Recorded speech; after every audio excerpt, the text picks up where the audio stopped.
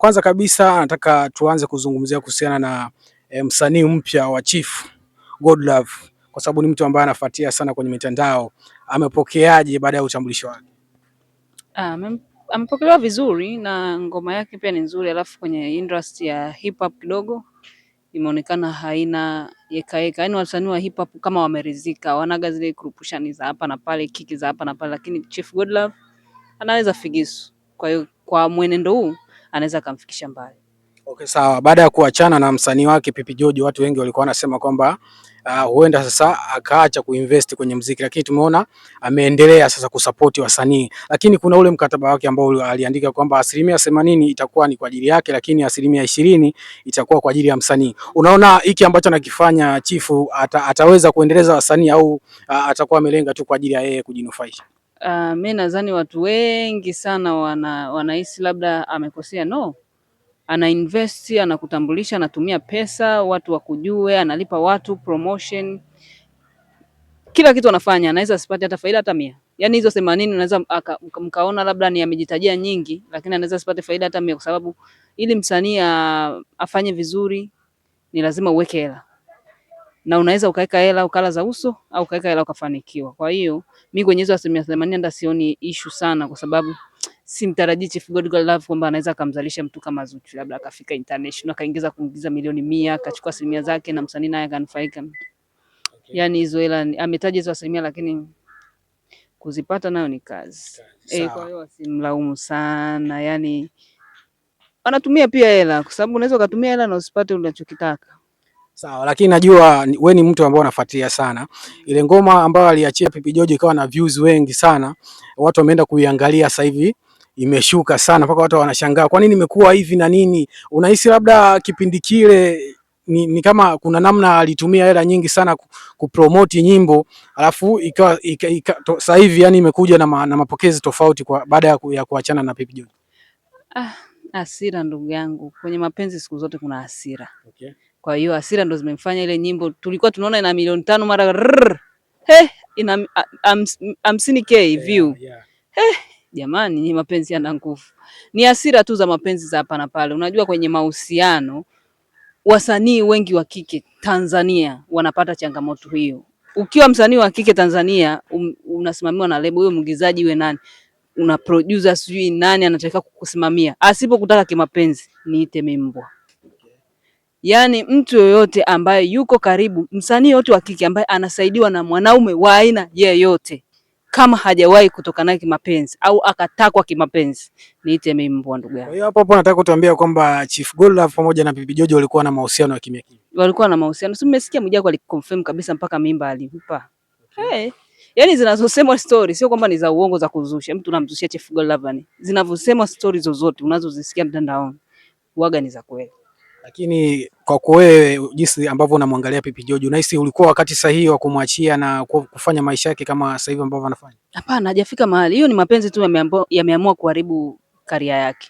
Lakini kwanza aanze kusimama mwenyewe, japo ni ngumu, kwa sababu Chief alikuwa na value, yani unajua alikuwa anampa heshima, watu walikuwa wanapenda dad, sijui dad nataka kwenda kuweka mafuta, sijui nataka kutoka na gari, yani yale maisha watu walikuwa wanapenda kuyaona, wanaona kama vituko vyao, na ndio ilikuwa inampeleka kimuziki. Sasa hivi yuko mwenyewe, ataendaje? Yani ni ngumu sana kusimama mwenyewe, lazima tu ushikwe na watu, na ukishikwa na mwanaume ndio hivyo, lazima akutake kimapenzi. Kwa hiyo ndio career ilivyo ngumu, ndio maana wasanii wa kike ni wachache.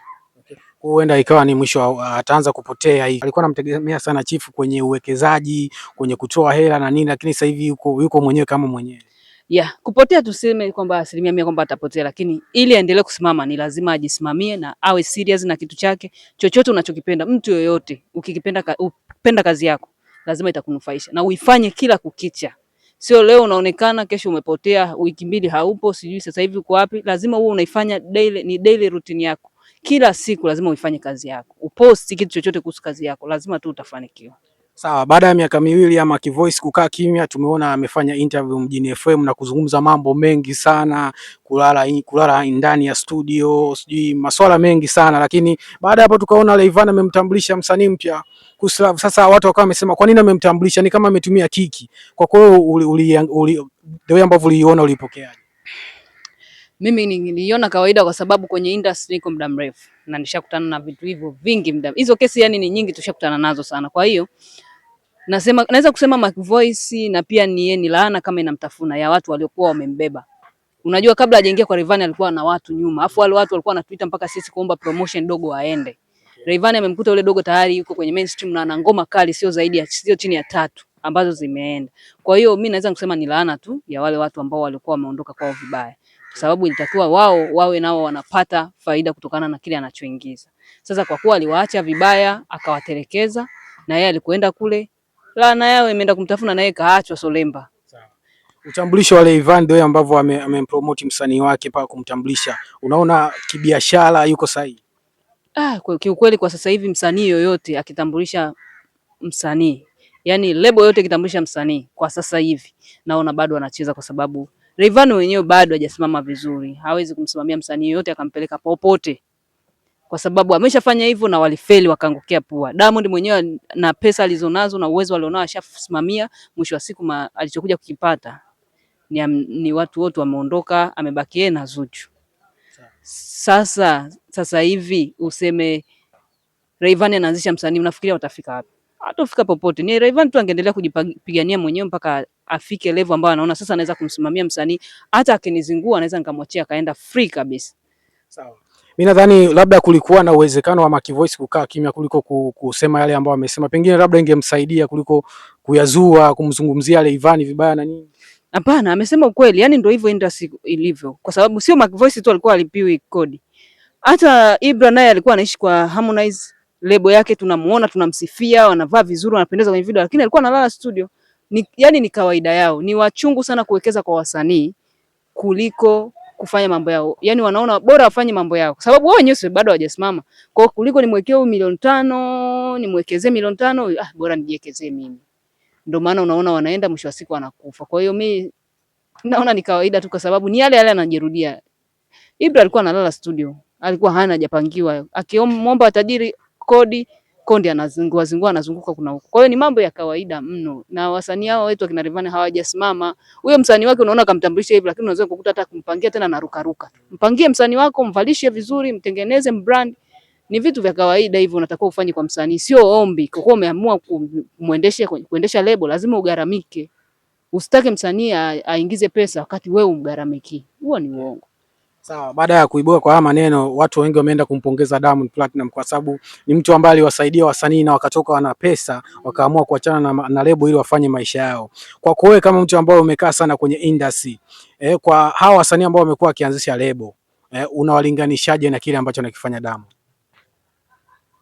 Mimi kwanza kwa Diamond tunabidi tumpe hongera yake, kwa sababu hakuna lebo Tanzania iliyoanzishwa ikafikisha wasanii kwenye level ambao wamefika. Na ili waweze kufikia hapo ni lazima usiwe wewe mwenyewe bado unajitafuta. Diamond alifika kwenye level ambao ni nzuri, ameshakusanya crowd ya kutosha, mashabiki wa kutosha, akaamua kusimamisha wasanii na wasanii kweli wakaondoka. Hicho kitu hakuna mtu yote anaweza kukifanya tena. Hata Diamond mwenyewe si umeona mtambulisha nani Divoice. Lakini Divoice yuko analegalega, anapotea kama lava. Kwa sababu watu wameshaona ile bwana, watu wanasaidiwa afu baadaye wakija wanaondoka wanagombana. Kwa hiyo yani watu hawana ile userious kama zamani. Ile Harmonize anatambulishwa iko na huku na Diamond, iko na huku na Diamond, wanakuwa yani watu wanapenda the way moment wanazofanya, lakini kwa kuwa mwisho wao wa siku unakuwa mbaya, ndio maana Watanzania nao wamechoka. Wameona bwana mtajua mwenyewe, kafieni mbele.